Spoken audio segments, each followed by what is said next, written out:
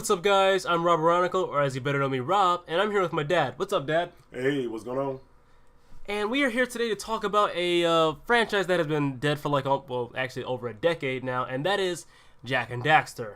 Now, Jak and Daxter it's an interesting franchise. You know, it started, as a kid-friendly platformer, and then it evolved into this T-rated, more gun-focused, edgier kind of thing, and then it turned into like a racing thing, which was also canon, and then it has some weird fourth game, but I don't think people even really call it canon, and then it just kind of disappeared off the face of the earth.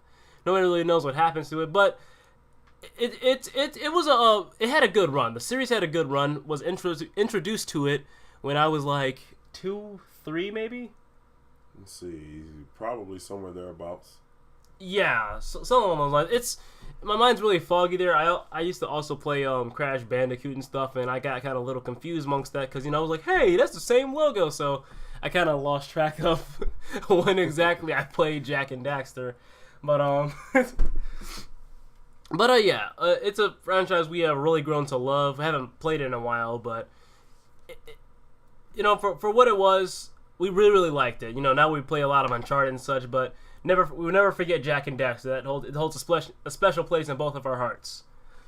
So I suppose now that we can move on to our first question for tonight, and as usual, I start with the guest first. So the first question here is, what is your favorite game in the series? Just dealing with the 3 different games, I would have to say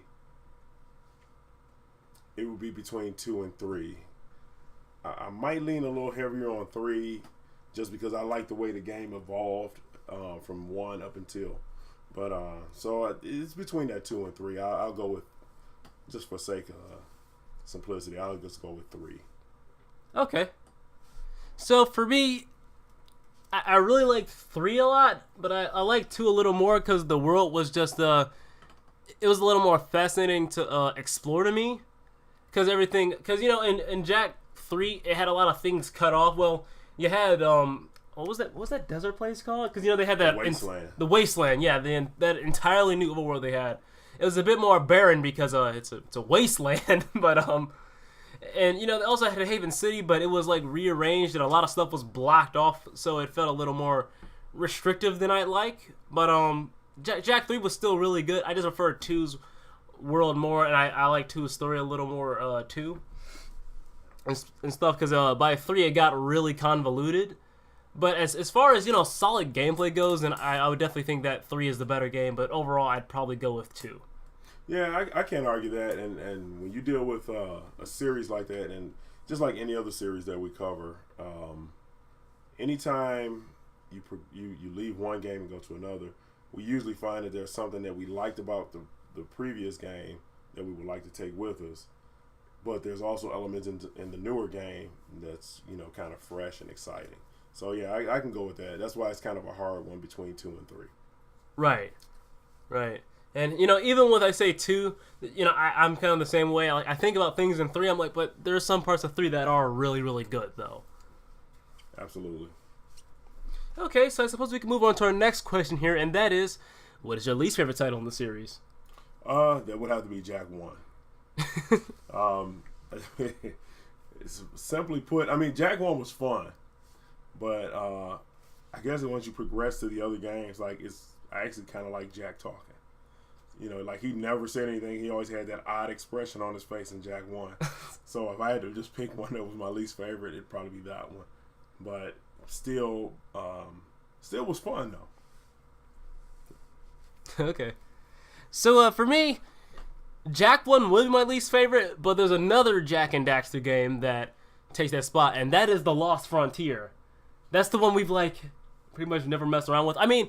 I tried it out myself. I actually played and beat through the game, but as far as I'm concerned, the gunplay was forgettable because it was actually a downgrade from the third game because it didn't have the extra mods that the third game had, because each gun had 2 mods to go with it. So you technically had 12 guns, technically speaking, for 3, and they took that out completely for no reason, even though it's supposed to be a sequel to 3.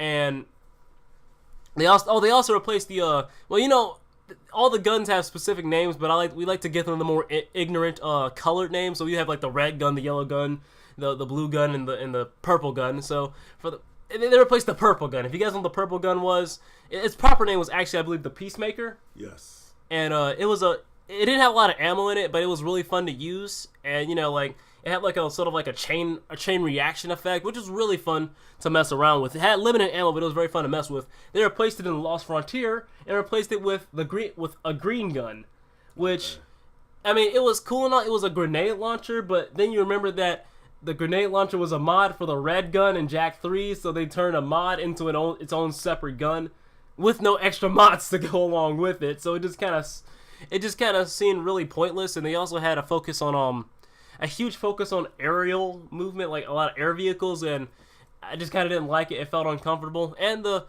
story was very forgettable. Like even now, because when you play a Jak game at least once, there's gonna be stuff that stands out to you. Nothing really stood out in the Lost Frontier outside of the ability to wear different armor and have different stats going on. That was really cool in the Lost Frontier, but overall, it was just a very forgettable experience. And it was also now there isn't anything necessarily wrong with linearity in video games, but the Lost Frontier was really linear, so much to the point where once you beat the game, you know how like in other Jak games, once you beat it, there's extra stuff you can do and such. You can go around, finish up the cycle and stuff. When you beat that game, it takes you right to the beginning again, because the way the game ends is not designed for you to like explore the place afterwards. The way the game ended, so its only option is to send you all the way to the back and do a new game plus.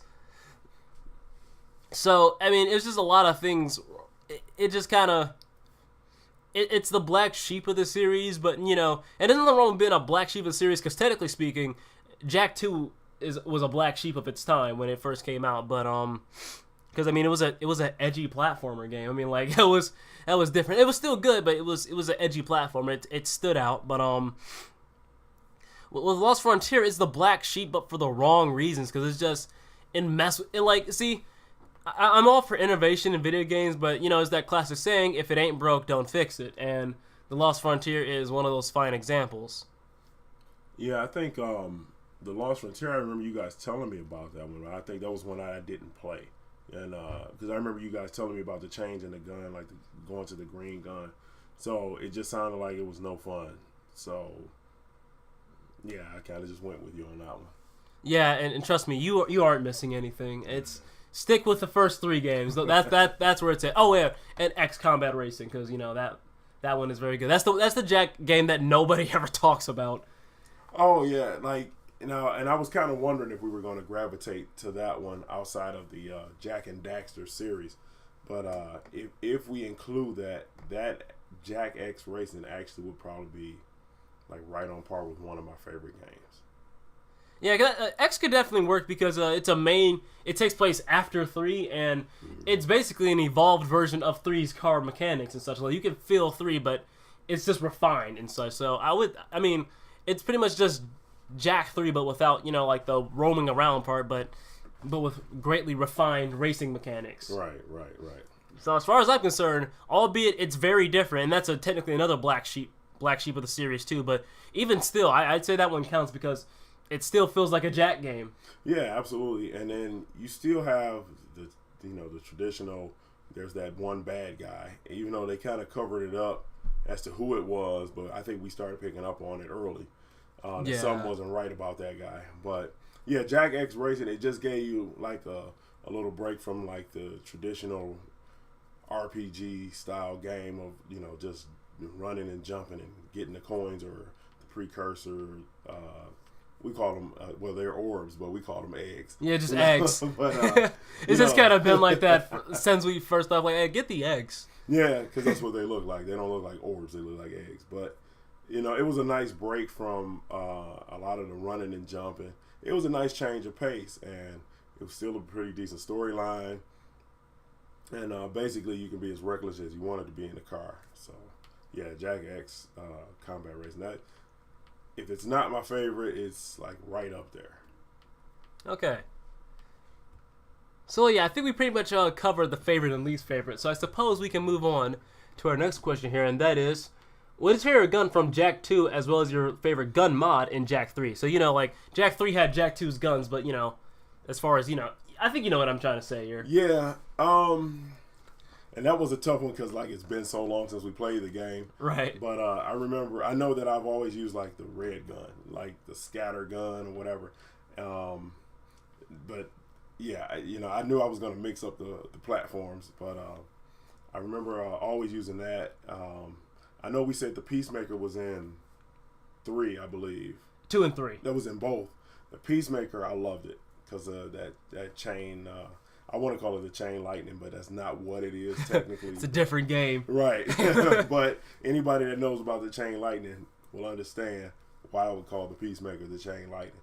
So, like you were saying earlier, it was a fun gun to use, even though the ammo was kind of low. But yeah, it was always like, hey, 12 shots and that's it. Yeah, but if you had too much ammo in that, basically everybody would be spamming it. Yeah. Because you just keep shooting it and having that chain reaction. Unless you have the unlimited ammo cheat. Yeah. But then also there was the blue gun too, because it was like it just fired so fast. It was a rapid fire gun. That was the minigun. Yeah, and so that was probably the favorite, but it was so easy to run out of ammo because you just go buck wild with just blasting people with it. So yeah, it's kind of hard to nail it down to like a favorite gun because I think each color type, if you will, had a gun or a style of gun that I liked. So yeah, it's kind of hard to nail it down, but probably between that Peacemaker and the chain gun or the chain type gun or whatever, those would probably be my two. Okay. Oh, and as far as gun mod, shoot, I don't know. I don't remember. I forgot. It's been so long. Let's see if I can say. So I know for the red gun, it was the 2 mods was the grenade launcher mod for it, and it was that area of effect one where like you charged it up and it shot it around. The yellow gun had the ricochet bullets that bounced all over the place, but it consumed ammo every time like a shot landed, an alternate shot or a shot hit a target, more than once and everything. And its other alternate mod was the one where you shot up like a little drone and it shot bullets all over the place. The purple gun had there's anti-gravity one where like everybody's floating, and then its second one was a nuke. Yes, So I remember. there was that one. And the purple gun, the blue gun, I mean, that one had that huge like laser, it shot like a little like, think of a flamethrower, but like it has a laser instead, or like a bundle of electricity, and you shot that out instead. And it also had the I didn't really like this one. It was the other one where like you shot around like homing bullets, but they were kind of slowish. They electrocuted enemies, but like. Yeah, slowish. And like I really needed that refresher, but and I forgot which one you said was with the red gun. It was the you held it and it sent out like the big blast or whatever. Yeah, like a little wave. Yeah, that was pretty cool, and it was good for certain things. But I think I did kind of like the ricochet bullets, even though it ate up your ammo. It was kind of like a cheap way to just get kills. Yeah. So with the anti-gravity gun, that was cool because we used to like to hit the enemies with it and then just kick them out of the air. Yeah. So I guess it really depends on. And kick them over pits. Yeah.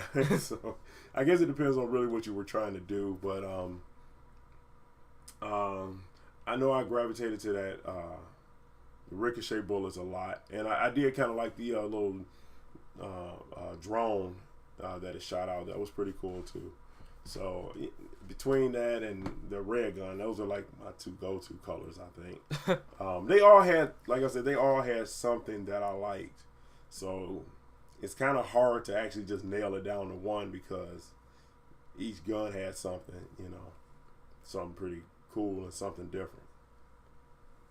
Okay, so that was an interesting perspective on that, and the nice refresher, and getting all the extra details because we're all about elaboration in these podcasts. Amen.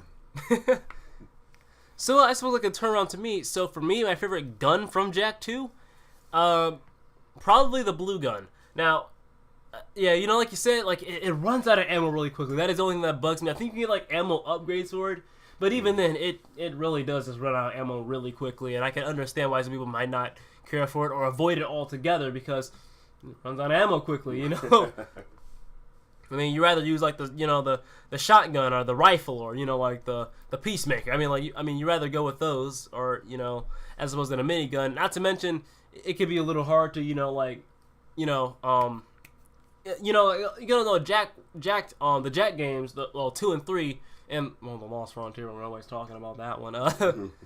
The Jack games, when it comes to guns, like they operate in an auto aim system, so you have to look in the enemy's general direction. And the blue gun was probably the hardest to get focusing on it. I think because the other guns, Jack held it up, like up to his shoulder, but with the minigun, he held it down there, and I think it was just harder for him, especially if enemies were like a bit higher, like the bullets wouldn't quite come up, they would kind of hit something else, so like it was just kind of that. So I can understand why people don't like it, but for me, I mean, I just like it because if you can get close enough to it, you could just deal an insane amount of damage really quickly. But again, I mean, even though it's my favorite, it's not the most reliable thing. Sometimes you're just better off using something else. That's the thing. So like my favorite gun, it's flawed, but I enjoy it the most when it's at its best. Yeah. So for my favorite gun mod in Jak 3, now the nuke came really close because I mean it's a nuke. Like you blow the crap out of everything. The only problem with the nuke though is that it consumes one shot, which is reasonable because it's a nuke, and that's really overpowered. But outside the nuke, if I had to go with if I had a gun to my head and I just had to pick one, I would probably pick the ricochet one for the yellow gun because like you said, you get those cheap shots, but especially since Jak 3 had really Jak 2 and 3 just had its insanely hard moments, but especially in the really hectic parts of Jak 3, you can use the ricochet bullets and jump in the air, hit circle, press R1, he shoots in all directions, and the bullets are bouncing all over the place, and it just helps clear up a room a lot easier. Because again, Jak 2 and 3, they go all out sometimes, and it gets pretty dang hard. Especially Jak 2, because I like Jak 2, but I think Jak 2 is the best one. Well, sort of kind of like I said, it's a balance between 2 and 3, but I like 2 a little more. But the only thing I hate about 2 is the horrible checkpoints that game has. Because that game's checkpoints, it's a good game, but its checkpoints are so bad. Like it's the worst in the entire series, to be honest. The first game had better checkpoints, the third game had better checkpoints, but 2 just did not know what it was doing sometimes. Like, it puts you really far back.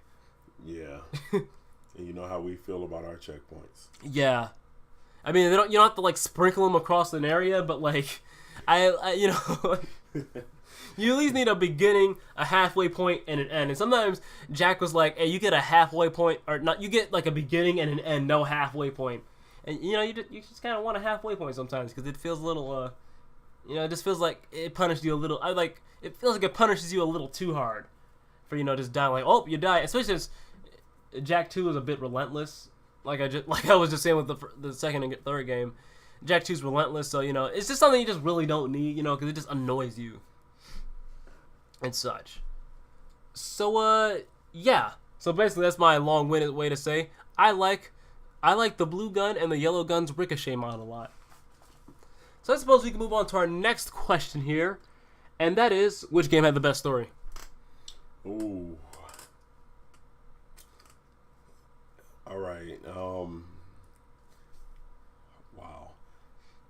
I thought about this one. I'm going to lean on 3, but 3 had the most, I want to say the most messed up story. Like, the twist at the end was just wrong. It was just wrong. Yeah, that twist right there. I mean, like, it was really messed up. I mean, like, it's like, well, Jak 3 was like what, a 2005 game, but that has to be one of the most messed up plot twists I've ever seen. Like, the only thing darker than that was like Toy Story 3. I mean, it was horrible. Man. Toy Story 3 was just a depression from beginning to end.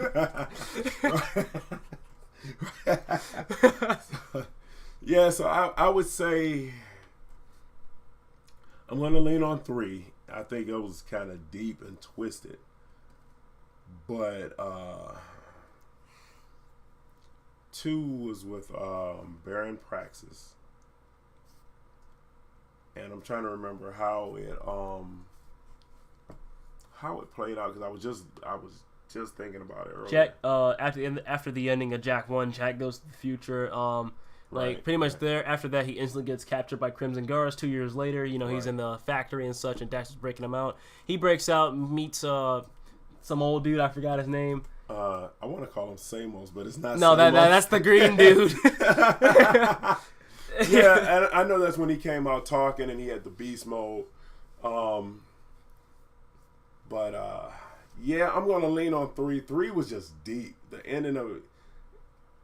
Man, it's just messed up. Like the last hour of the game. Man, it was horrible. So, I mean, I guess we can elaborate on everybody that, by now should have played Jak and Daxter if they were interested in it. But, so basically, what we find with Damus, which is the guy that's got the Lost City or whatever that is. Yeah, he's the head of that wasteland town. Yeah, so the thing with that, he took Jak under his wing as a great warrior. And basically, it was almost like he was grooming him to take his place. And then, as we find out, I think later in the game, that he had a son once and he lost him. And so, man, this is where he just gets twisted. So then, come to find out, and I want to say it was Baron Praxis at the end of that one, but I can't remember. Baron Praxis died at the end of 2. 2, yeah. I mean, I don't know why I wanted to call the other guy Baron Praxis. I know he was from 2. Igor. Yeah, we just call him the nose. I don't know. The nose, it's just weird. Yeah, his nose is like the largest part of his face. So, so the nose was just like he told Jak after Damus died that Damus was his father. So basically, he deprived both of them of an opportunity, of the opportunity of knowing the truth, and it was the way he did it and the joy he got out of it that was just messed up. So. Oh, don't forget the fact too. When Damus told Jak to search for his son, he handed them the necklace that kid Jak had in Jak 2. He said search for my son and such, and Jak was like, I just spent this entire adventure with my dad, and I didn't even know it until after he has died. That part was just oh man. I'm like it. Not only is it just the twist messed up, but it's ironic too. It's just.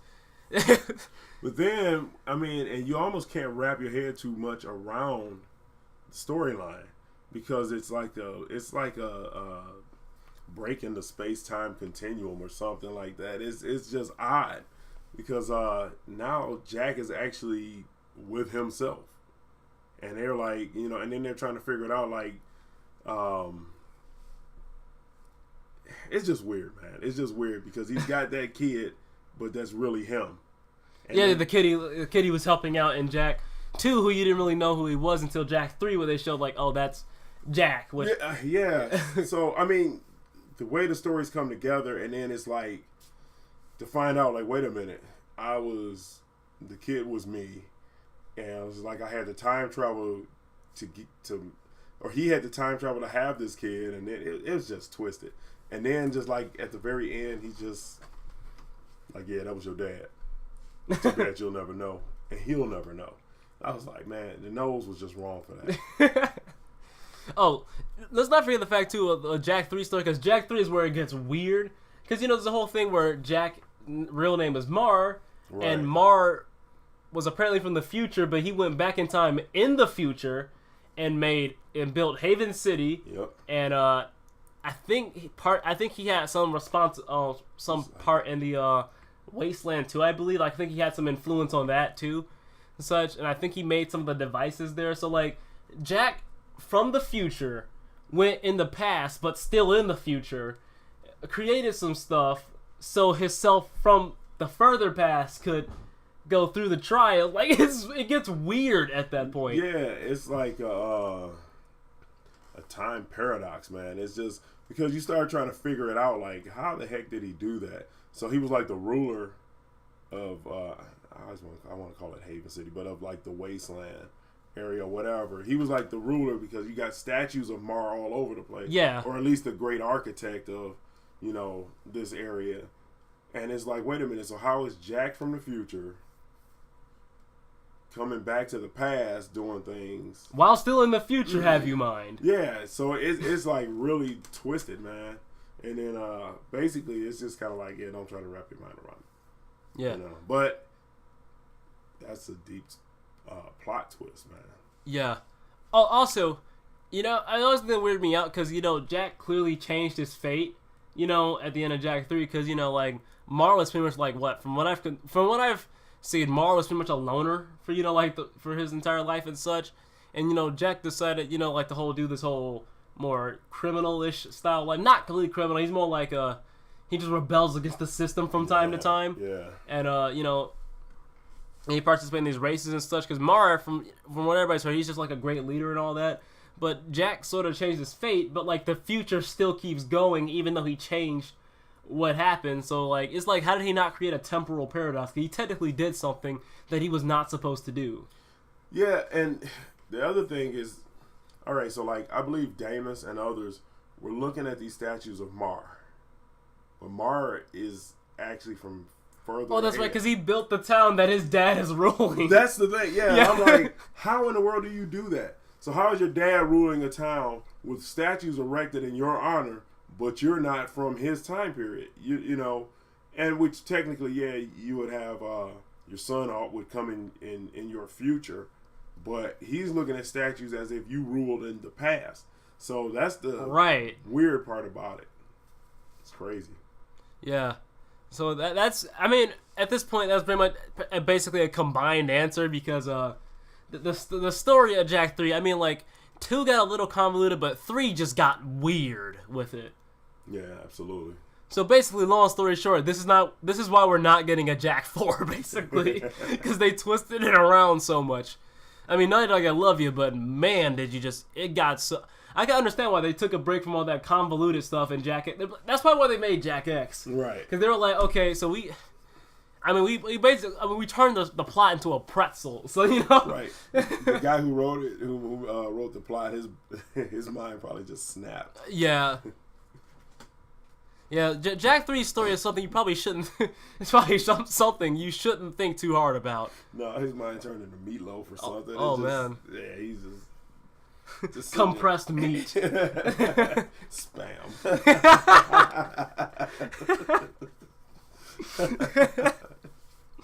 Oh man. For neurological safety, here is Jak X Combat Racing. Right. Oh man. They said at the same time. Great mind, man. Great mind. So I suppose we can move on to the next question. We spent like 15 minutes talking about like the story or something. That's deep. Yeah. So let's move on to the next game here, the next question here. Sorry guys, I'm losing my mind a bit. Next question here, and that is, what is your favorite mission from each game, and what is your least favorite? Now, you don't have to really you don't have to pick every game if you want to. You can pick just from one game. I might just do that myself. So Okay. Which one was it? Okay. So in 2, I think that's where we had the race against Errol. Yeah. I enjoyed that. That was awesome. It was fun. It was crazy. Yeah, it made you sick. Because especially when they start cheating and. And the really, really, really hard jumps that you made. I mean, I'm talking like the really hard jumps. Like it's like it has to be perfect. You either do like 5 times in a row. Oh my gosh. Yeah, and you have to really learn the track because there are shortcuts, but then there's also death traps. And so the race against Arrow was fun because I like that high speed, race around the track type thing. But so there's that. And then some of the wasteland missions where we had to pick a vehicle, and whether it be go out and collect some artifacts or, save some of those strange guys just in a dust storm. That are out there for like zero reason. Right. Just standing there, hey, over here. Oh yeah, be careful you don't run them over. Oh man, now you gotta start this mission over. So. And Jak 3 had ragdolls too, so it just got weird sometimes. Right. So jelly bones. Right. I think my thing was between the race with Arrow. Oh, and there's also the jet board. I love the jet board. Yeah.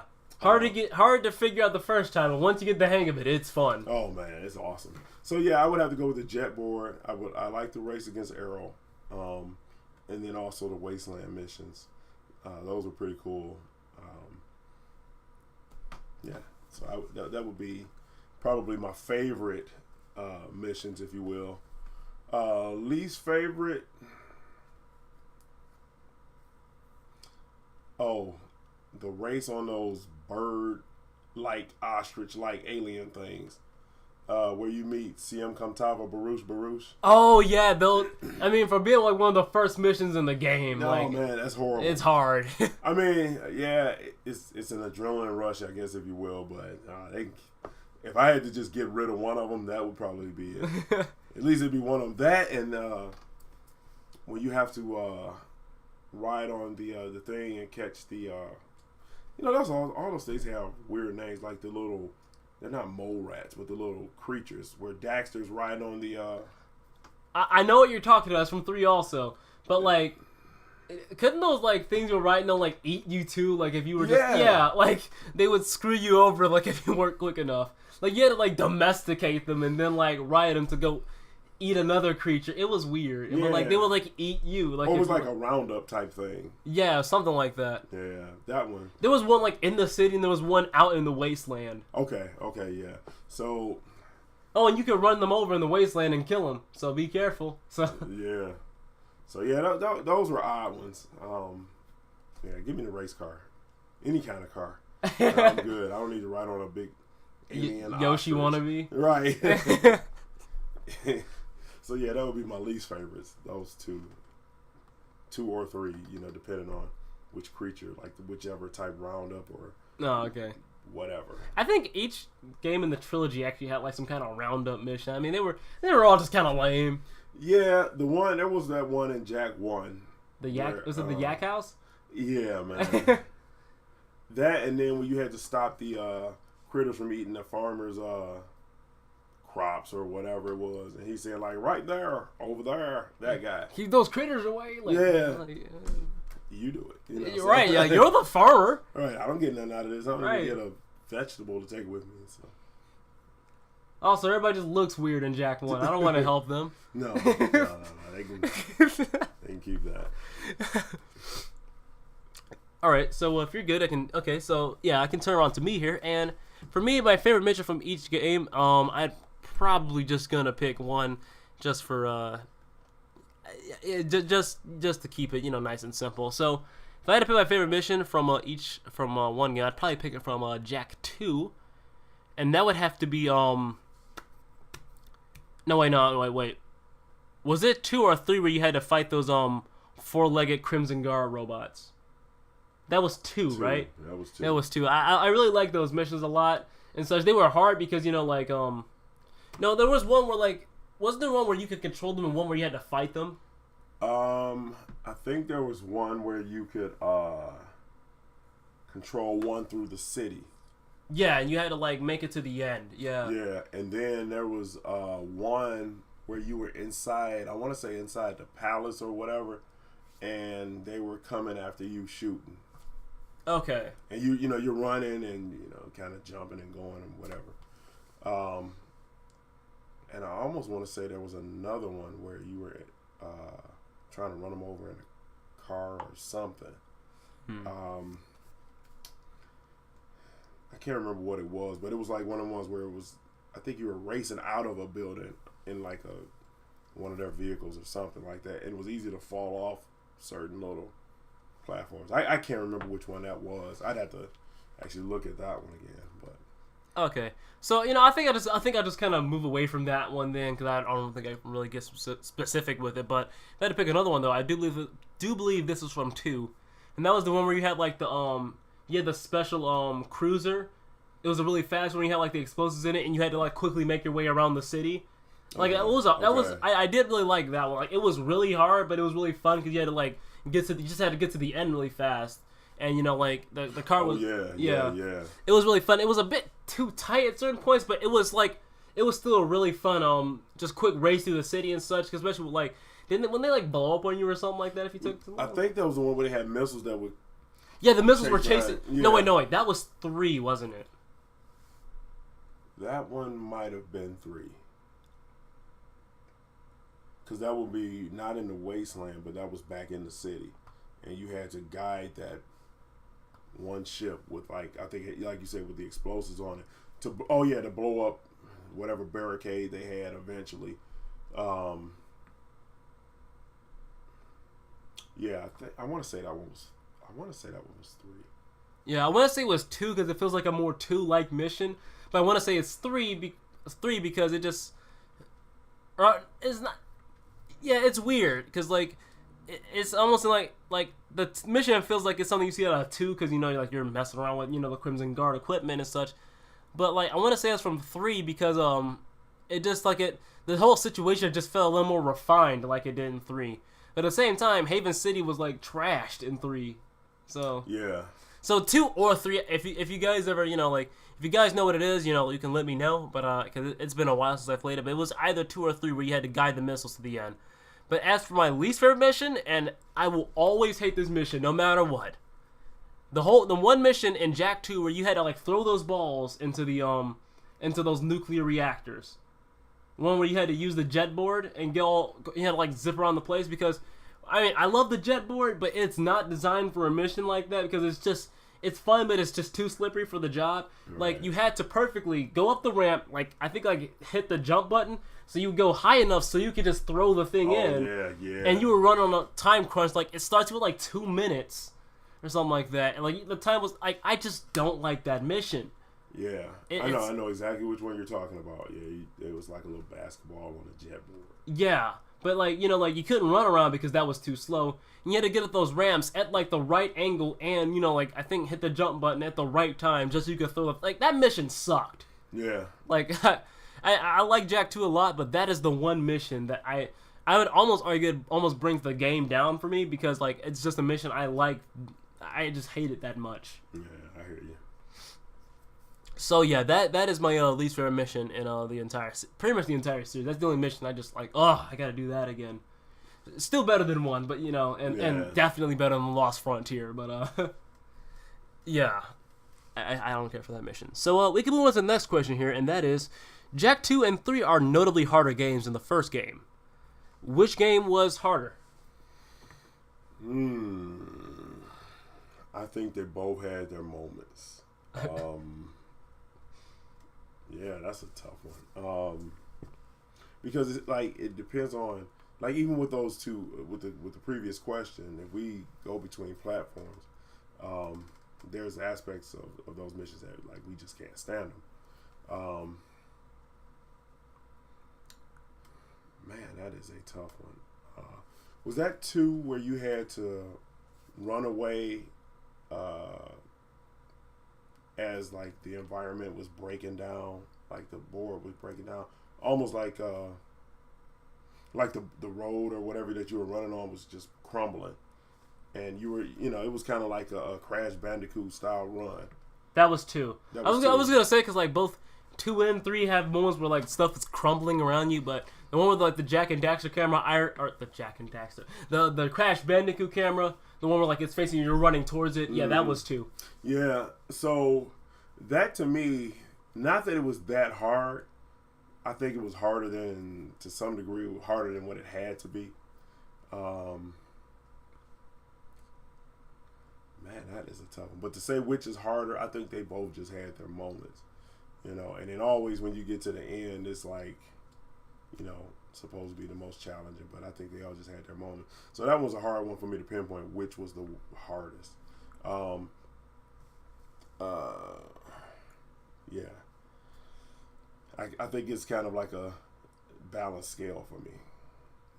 I had to just kind of leave it balanced like that. Yeah. There's nothing wrong with that because that happens with sequels sometimes. Even though 3 gave you more stuff, 3 tried to kill you more at certain points because you had more stuff. Which is reasonable, fair trade off. Right, so right. So there is that. So I guess I could take it around to me, and for me, which game I thought was harder was I thought 2 was harder than the third game. Yeah. Are you gonna say something? Cause it's. Oh no! I'm just. I was kind of thinking that you might say that. Okay, but for me with 2 is I noticed that it seems like enemies' attacks hurt a lot more in 2, especially like the Crimson Guards. Like bullets, like their shots off of their rifles, it just seems like it just deals a lot of damage. And then you also consider the the Crimson Cruiser, those things were or the Hellcats. That's what we call it, the big ones. The Hellcats were they weren't too much of a danger, but the Crimson Zoomers, aka let me slam my vehicle as hard as I can into yours, those guys. The kamikazes. Yeah, the kamikazes.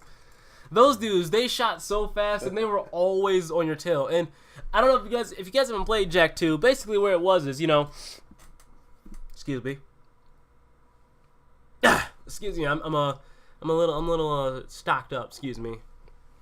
Whole sinus thing. But the thing with Jak 2 is, like Crimson Guards, they can either chase you on foot in the Hellcat, which is basically a large air vehicle, or a Zoomer, which was a large, or not really, well, it was large, but not as large as the Hellcat. But the Zoomer was basically, think of it as the Hellcat, but it's really, really, really fast. The further they are, the faster they drive with it, and the harder they hit.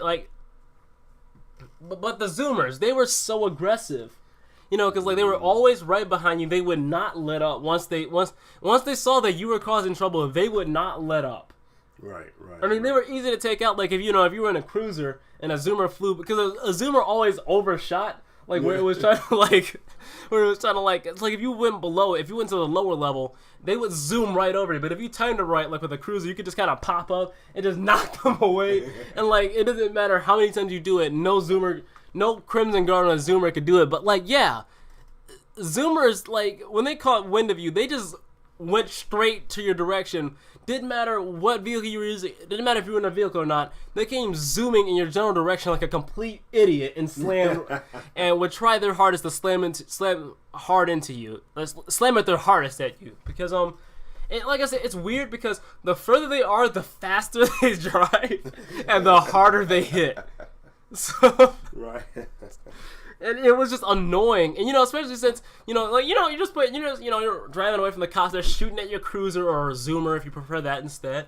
But they're shooting at it, and then all of a sudden a Crimson Zoomer comes out of nowhere and rams into the back of your vehicle, and with no way to predict it. They did either two things: hit your vehicle so hard that it's smoking, or it just straight up blew up and dealt insane damage to you. Right.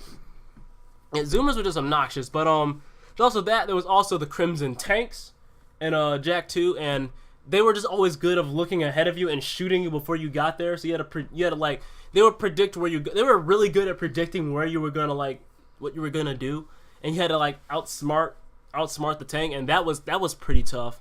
That thing was no joke. Yeah, I have to correct something. When we were talking about some of the hardest missions, that's what was after us. When I said you were running inside the palace, it was a tank.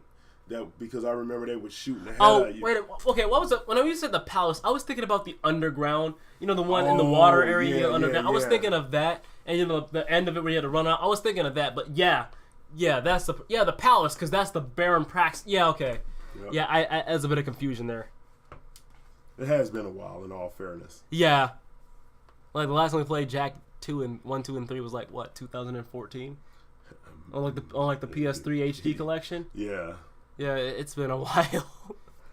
But so I was at the so I was talking about Jak 2's difficulty. There was also, and I always thought this part was really hard, it was the underground water station, like I was just talking about. Not the end part, and everything, but the robot part, where you had to make sure you were, because you had to go around and get those little air units, because if your suit took in too much water, it would explode. And sometimes you were in a bit of a time crunch in those. Sometimes they would give you those little air support things so you could remove all the water from the robot system. But sometimes you had to go a little while without it, and an uncomfortably long time without it. Yeah. And you had to make do with it. And it was pretty difficult. Not to mention the robot suit is a bit clunky and such, and it's easier than what you would think to it's big and strong, but it's rather easy to get hit in it because it's not very fast, and those mines move around, they just kind of ease their way, and those mines don't they're moving too fast, but when you're occupied and doing something, then you realize just how slow that robot suit is. Oh yeah, and I actually forgot about that mission. The underwater, it's kind of like a kick in the teeth, man, because when you're used to running through the game at whatever pace you want to run at, running and jumping like you want to, and then you gotta sit in this clunky suit that can't do much of anything that you wanted to do as fast as you want to do it. Right. Yeah, so it's kind of like it's kind of like a little kick in the teeth. Yeah. Not to mention they brought it back in 3 as the alien robot thing and such. They're like, you know, they pass it off as, hey, you're playing as an alien. No, I'm playing as a robot. It's just purple now. Right. Like, was that the one where you had to shoot those things flying like as the people? No, I might be looking at 2 because 2 was with the. although you had to, with that giant robot thing or that robot purple alien thing that you had to use in 3, which was really just the robot again, but right. But in 3, you did have to destroy like the alien spaceship though. Yeah. In it, because you had to like throw like those blocks. I forgot what it was. You were like throwing a block at like the nuclear thing, and there's that thing spinning around, and it was just getting faster and faster until you eventually like destroyed the spaceship. So you know. Right. Yeah, craziness. By the way, what was the purpose of those whole alien spaceship thing? Like, then again, that's a part of 3. I think we already established that. Was it because of and maybe I'm mixing 2? So CM Cantava, Baruch, that was 2. That was 3. That was 3. That was 3. Okay, so they had an issue with what was it? I almost want to say it had something to do with the dark eco or whatever, and you having either control of it or being in contact with it. It was something weird. Some connection with it, basically, they had a problem with. Yeah, and I don't know if it was that connection that Daxter had with,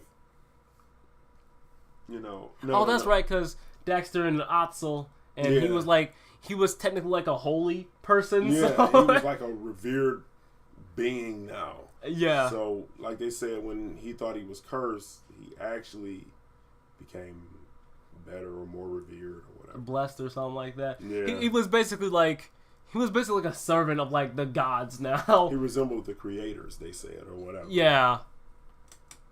Craziness. Some weird. Again, that's all part of 3, and 3 is where it gets weird. So yeah, we won't delve too deep into that. Yeah. So let's just go on. So I think 2 is the hardest the hardest of the trilogy, but 3 was definitely pretty dang hard too. Like really none of the Jak and Daxter games, they're all pretty tough. Except for I don't know about the Lost Frontier. I just kind of forget everything about the Lost Frontier. Jak X was pretty hard too though. Yeah. All the Jak games were pretty much just all hard. Like yeah, they're very, very much challenging. Like you never feel pretty much underwhelmed by those Jak games because they all are challenging enough. Not impossible, but they make you work for it. Yeah. Most definitely. Yeah, I can. Yeah, most definitely with that. Yeah, I can agree with that. So, here's the next question, and that is what was your favorite final boss in the series? Because you had those those alien people in the first game, those the Metalhead King, and the second game, and then it was Errol, and the third game, and there was also that dude from Jak X Combat Racing. He was that fast paced fight. Yeah. And there's also Lost Frontier, but I forgot what the final boss was in that game. Let me see. Who's my favorite? Okay, this is gonna be weird, but I would have to go with 3 because I like when he gets his demise. Oh man, I forgot. Like, didn't he like really get messed up at the end? Yeah, I can't remember it in its entirety, but I think I forgot exactly what happened to him. Because 2 was when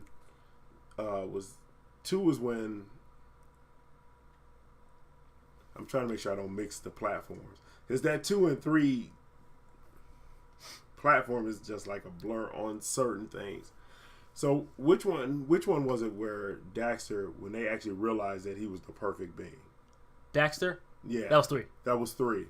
So the 1 and 3 became an Otzel.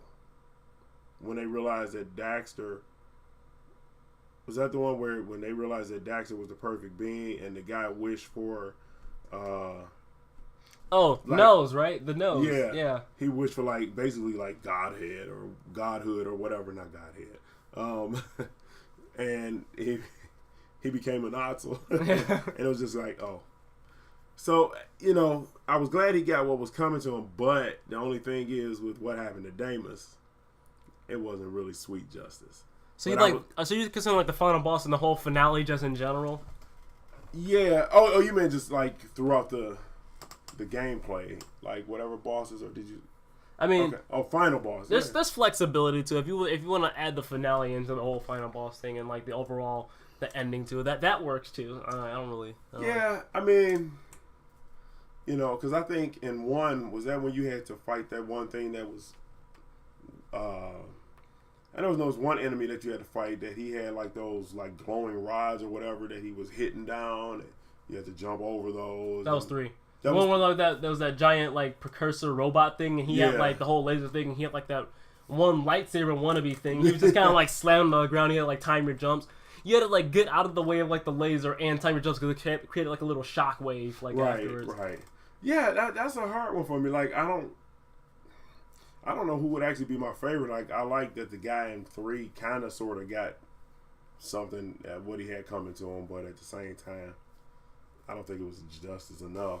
Although, did Arrow really deserve to be the final boss? Like, the final boss, though? Because, I mean, the thing about it, he's the dude that was just racing in Jak 2. I mean, maybe he worked for, I think he did, like, work for Baron Praxis. But even still, he was just the dude who raced. And then, like, the only reason he got scars because his dumb self decided that he wanted to run into Jak, completely missed, ran into a bunch of, like, Dark Eco barrels and, like, jacked himself up. So. Yeah. Yeah, I guess as far as looking for a fulfilling boss, I couldn't go with the last guy because like once he got what he wanted, it was kind of like, oh, so he still didn't really die even though he let. Yeah, the overall conclusion. Yeah, for somebody who did something as wicked as he did, like he just kind of deserves worse. Yeah, he should have went out like Arrow. So I might change my answer and just go with Arrow because I did like that fight with him where he comes running out, and you're in that little enclosed arena type thing, and you got to just hit those little robots underneath them and blow them up. That was fun. It just, for some strange reason, it wasn't overly complicated, but it was fun. And so yeah, let's go with Arrow because that other guy was just a buster. So for me, my favorite final boss in the series now, overall, because you pretty much have 3 things. I'm not really too familiar with Jak X Combat Racing, mostly because I don't know why, but I was just like, ew, cars, don't want to mess with that. I mean, I would probably play it, with a more open mind now, but Right.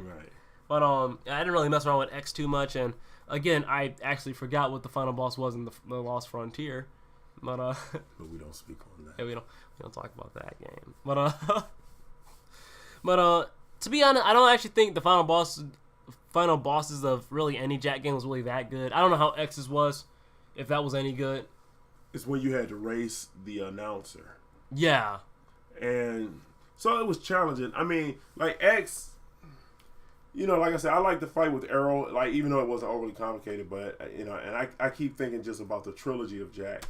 But yeah, if you include Jak X, that was probably one of the most fun because it's racing and it's fast paced.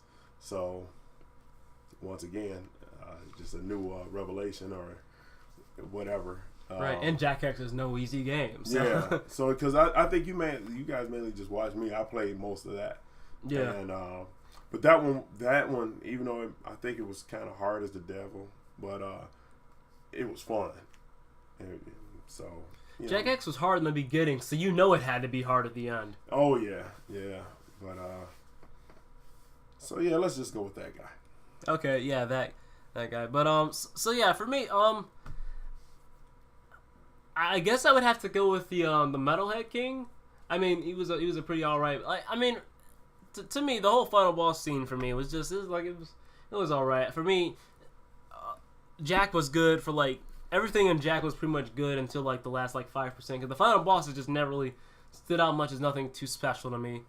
Jak 3's was alright, Jak 2's was alright, Jak 1's was alright. Was that Gaul and Maya?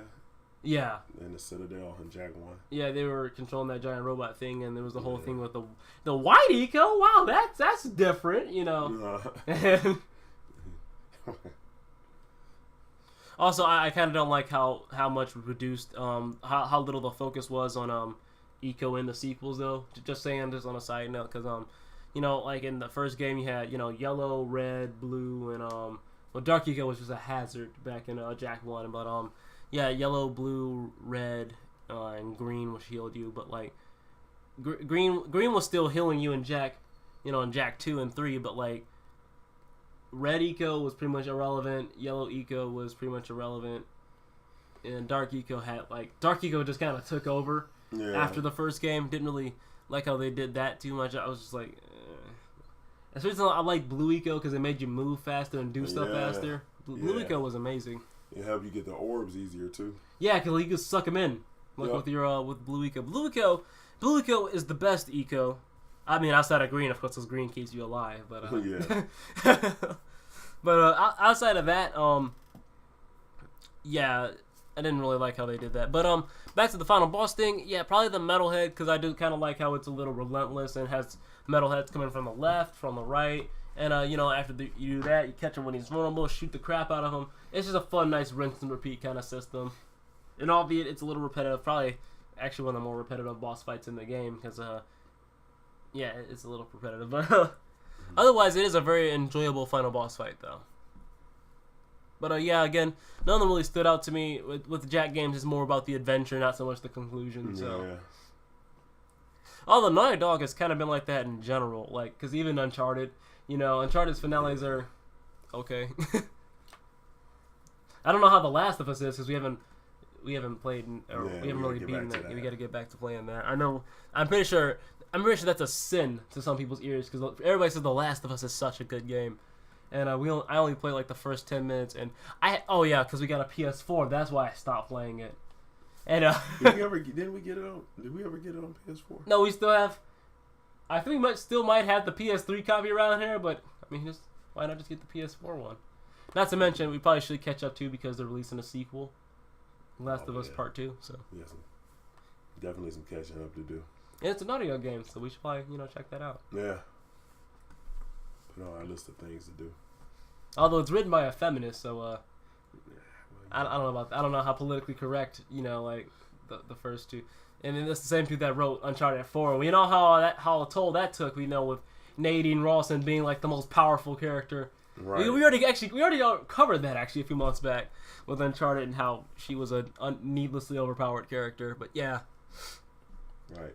But back to we might as well get to our last two questions here. We can probably move this a little quick because we're hitting an hour here. Or we're gonna get an hour here, and that is do you think the shift in rating from E to T was a good direction for the series to move in?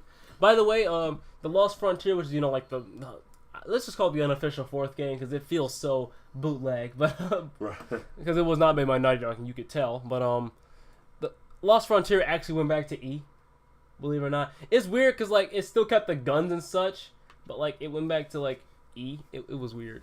Yeah, teach them young. Yeah, I think that going to a T rating is actually good, and it probably is going to attract a bigger audience. Like if you're, like when the games first come out, if you don't already know it or follow it, the series, but I think a T rating is appropriate, and as far as maybe from a sales standpoint or accuracy standpoint, but the gun violence in the game is not like it's blood and gore. Yeah, so, it's not like it just took like some like, I mean like, some might debate that the shift from like E to T because the whole edgy era of video games and such. I mean like some people might debate that like it was that it was a bit needless and such. But I feel that like I feel that the way Naughty Dog did it just kind of worked and such. Like it flowed nicely into being this slightly more mature thing. One thing I didn't like about the 2 and 3 is how they kind of focus a little less on collecting and more about just doing mission stuff, which the missions have rolled on collecting, but I kind of like how the first game had this this more collectish feel to it. But overall, I mean the 2 and 3 are still platformers though. They're pretty much just like it's basically Super Mario 64 for the big kids. Right. Right. So, big boy. The big boys. But yeah. So I didn't mean to take that from you because I was just saying I was agreeing with you. Oh no, you're fine. Yeah, I don't think it was a bad move. I mean, because then there's always the element of, all right, for kids under the teenage years, there's always still that, I guess, dilemma, exposure to guns and things of that nature. Is it okay to do? Even though it's to me cartoon violence because there's no blood and gore. Yeah, Jak 2, even though it's got not only more mature, I mean the whole violence thing, it's still kind of cartoony to be honest. Right. So, I mean, they could have gotten away with it, but maybe just for safety's sake, or so you don't throw off any parents who may not be gamers. They might just think it's it's a cute game. I think it's a little more accurate from a sales standpoint, and even with the violence in the game, I'm okay with the T rating for that. Yeah. I mean, to be honest though, even with the violence and the gun such, I mean, outside of, like I said, them kind of messing around with the collective part of it, I mean, mind the swearing. I mean, it's pretty much the same thing. So, Yeah. And such. I mean, for the swearing in Jak 2 and 3, I mean, it's not even like it's that big of a deal. They don't even... it's not like Uncharted where they swear like every 3 seconds and such. But, I mean, for Jak 2, I mean, it's just like, it's really no big deal for what they had going on. So, like, it's just something you can just easily look past. Like, it's no big deal. Yeah, Uncharted, you gotta have your TV on mute. Yeah, guess you got the little ones in there. You're like, man, they're swearing like every 5 seconds. Right. Make a sailor blush. But yeah, so I agree with you. The whole movement from E to T was nice. Don't know why the Lost Frontier went back to E, but we don't talk about that game. Yeah, I know we brought it up, but it's kind of those things where we mentioned it, but we don't elaborate on it because we don't like it. So Yeah. So there is that. But yeah, so especially with because of that T rating eventually led into combat racing, which I haven't experienced too much of it, but from what I've seen, it looks really hectic and such. And for the kind of violence it was going for, I mean, if they had made it E, they'd probably have to drop it at like Mario Kart levels or something like that. So maybe that for the more wacky-ish feel to it, but instead it was just more like a serious, hey, I'm gonna kill you, kind of thing. And also like the quips between characters in Jak X Combat Racing, where they're just like making little side remarks as they're racing by, which that's just nice. So yeah, right. And them just being sarcastic or a little snarky. So I like that. So yeah, overall, both of us agree that the T rating was albeit a bit sudden and nobody really expected it to happen, it was welcomed with open arms. Well, to the vast majority. I have seen some people ridicule the second and third game for being needlessly edgy, but that's just really up for debate. So we can get to our last question here for the night, and that is, who's your favorite character in the entire series? Simple. Well, I guess first and foremost I had to go with Jak because I can pick him. But but I'll tell you who I like is Sig, and I know of the character or the voice actor behind him, so that's what's also amusing to me. A guy named Phil Lamar. And I've heard his name somewhere else. Yeah, so but Sig, I just like how he's kind of like straight to the point, and to be PC, he sounds the way he looks. We don't want the internet getting us or anything. No, YouTube's new guidelines, which are actually really, really, really tight, by the way. Yeah, we gotta stay out of trouble here. But yeah, I can get behind that. We're not gonna get you guys. If you play the game, you'll know what we're talking about. He also used the Peacemaker too. That was his favorite gun. So like that already gives him an edge. Sig's voice is very, very fitting for a man of his stature.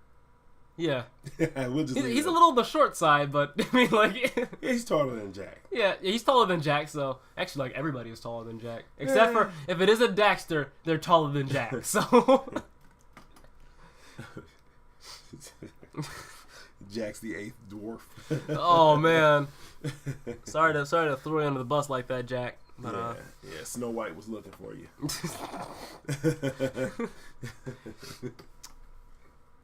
So, yeah, that's your overall opinion of best character in the entire series. Yeah. Oh, yeah, he almost...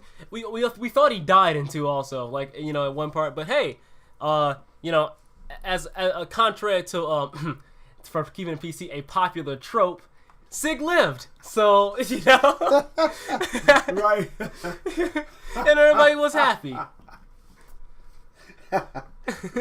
Right. Oh, man. Oh, watch out, internet. So yeah, it was nice, and he's just a likable character and such. And again, he's the Peacemaker, so he should pretty much get on anybody's good side. Absolutely. The Peacemaker should be your favorite, if not your second favorite gun in the game. Oh, definitely. So, in the trilogy. So yeah. So you gotta respect him for that. So if you're good, I can turn around to me for this last question. I'm good. And, okay, cool. So for me, my favorite character is Daxter.